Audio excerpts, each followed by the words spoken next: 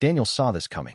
The ancient prophet left us a warning so specific, so unmistakable, that when you recognize these signs in your own life and in the world around you, the wisest thing you can do is stop, be still, and return to God. This is not a message of fear. This is a message of preparation and of hope. The book of Daniel is one of the most misunderstood books in all of Scripture. Most people read it as a distant prophecy about kings and kingdoms that no longer exist. But Daniel was a man who lived under pressure, who served under corrupt systems, who watched an entire world move away from God. And through every single chapter, he held on. He prayed 3 times a day, even when a law was passed to stop him. He interpreted dreams in foreign palaces and never once lost his identity. Daniel was not just a prophet for his generation. He was writing to ours. In Daniel chapter 12, verses 3 and 4, the angel tells Daniel to seal up the scroll until the time of the end. Many will rush here and there, and knowledge will increase. Read that again slowly. Many will rush here and there. Look around. People are more distracted, more hurried, more overwhelmed than at any point in human history. We are drowning in information and starving for wisdom. That is the first sign Daniel pointed to. When the pace of life pulls you away from stillness, that is your signal to come home to God before the noise wins. The second warning Daniel gives us is spiritual.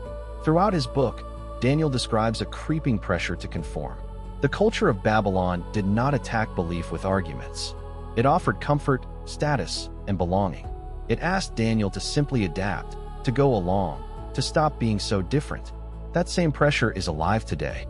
Romans chapter 12, verse 2 puts it plainly.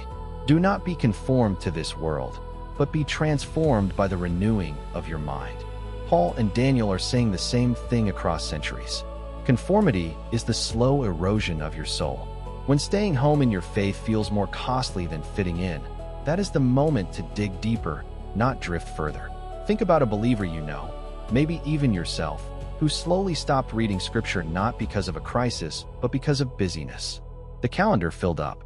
The quiet mornings disappeared. Nothing dramatic happened. But slowly the anchor lifted and the drift began.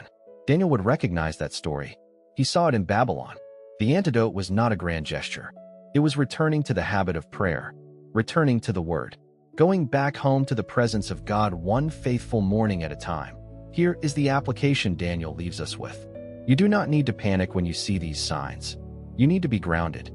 Daniel chapter 6, verse 10 tells us that when the decree went out against prayer, Daniel went home, opened his window toward Jerusalem, and prayed as he always had done.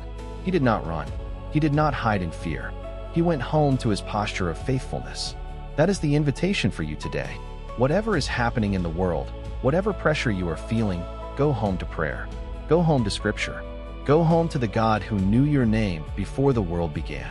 If this message stirred something in you, share it with someone who needs the reminder that God is not caught off guard by anything happening right now. Comment below with the verse that spoke to you most today. And if you want to go deeper in your prayer life, the Grace for Purpose prayer book is available now on Amazon. The link is in the description. Stay rooted, stay faithful, and keep coming home to Him.